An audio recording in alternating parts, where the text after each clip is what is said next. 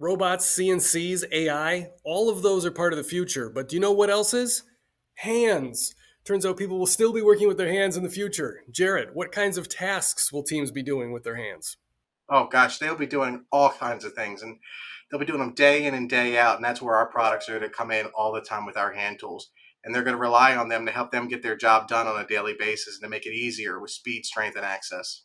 That makes a lot of sense. Now, let's talk a little bit about precision tasks, assembling intricate components, things like that. In that realm, what makes a hand tool stand out from the competition?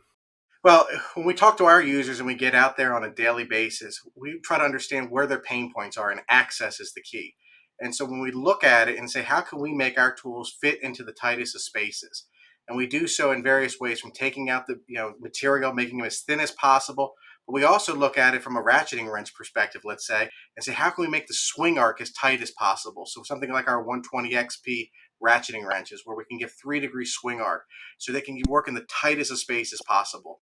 So, I did do my homework and I looked into where these types of hand tools could be used.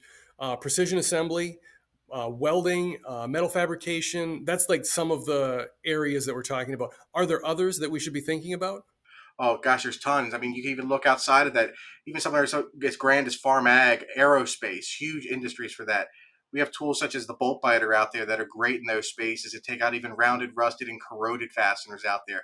They're faced with it all the time, and they need a solution when they're faced with something that's going to get in their way. The bolt biter works great because if they hit that stubborn fastener, they got a solution now to take that product right out with no questions asked. I am absolutely going to need a bolt blighter. I have nothing but problems at home. I'm going to be looking at that. Is there anything else? I mean, you guys have insulated screwdrivers, oil filter wrenches, welding sockets, you name it, Apex does it. What impresses you? I think what really impresses us is, what makes us really stand out is how much time we get out in the field to talk with our users. And that's what helps us get the innovation and get the new products out there that really mean something to our users. We hear from them, hear the pain points, and then we come back and work day in and day out with our R&D team to make the tools even better. And that's what sets us out. We don't just innovate for innovation's sake. We innovate for something that's really meaningful.